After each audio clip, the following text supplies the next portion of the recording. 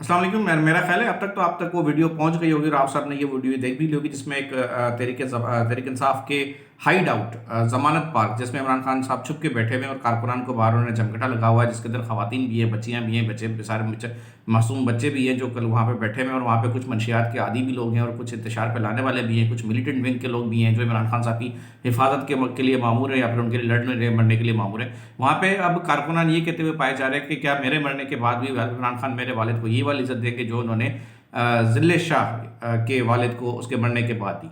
जीते जी वो हमसे मिलते नहीं, हम यहाँ पे तरसते रहते हैं, लेकिन बाकी दीगर लोगों से वो पिछले गेट से मिलते हैं और उनकी हिफाजत के लिए हम उनके फ्रंट डोर पे मौजूद हैं। ये वहाँ पे कारकुनान का कहना है जो कि वहाँ पे उनकी हिफाजत पे मामूर है, जिनको उन्होंने अपनी हिफाजत के लिए बुला रखा है।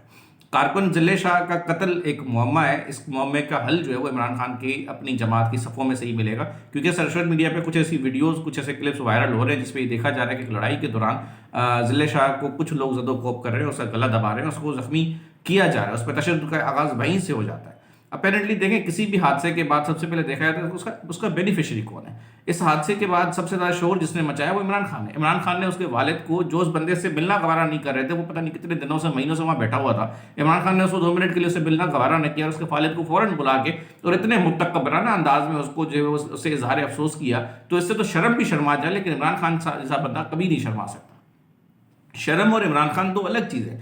तो कारकुनान को अब तो तहरीक इंसाफ के कारकुनान को कम से कम ये तो नजर आ गया कि अगर हम तो मर गए, हमारे बाद हमारे बड़ों की भी कोई इज्जत नहीं होनी, हमारे खानदान को भी इज्जत, कोई तकरीम इमरान खान से शख्स से नहीं मिल सकती। इमरान खान अब लाशों की सियासत पे आ चुका है। लाशों की सियासत करते करते वो कौम के बच्चे खाने लगा है। अब उसको अब की सियासत एक आग है, आग में ईंधन डालना पड़ता है। उसने सियासतदानों पर इल्ज़ाम लगा दिए, जुडिशरी पे लगा दिए, आर्मी पे लगा दिए, अमेरिका, बाजवा, पीडीएम, मोहसिन नकवी, अब वो ताजिर बरदरी जिस पे फवाद चौधरी इल्ज़ाम लगा रहा है। भाई मेरे बात ये कि देखें, इमरान खान अब उसको अपनी सियासत में जिंदा रहने के लिए कौम के बच्चे मारने, वो कौम के बच्चों को मरवाना चाहता है, सड़कों पर इंतशार चाहता है। अब हम अपने अपने बच्चों को समझाएं और वालिदैन सोचें कि कल के अपने बच्चे के साथ हादसा होने के बाद वो भी इस किस्म का रवैया बर्दाश्त करेंगे। और इमरान खान के इस कत्ल का मुअम्मा जो है ना, मैं दोबारा कहता हूँ कि तहरीक इंसाफ की सफ़ों में से ही हल होगा।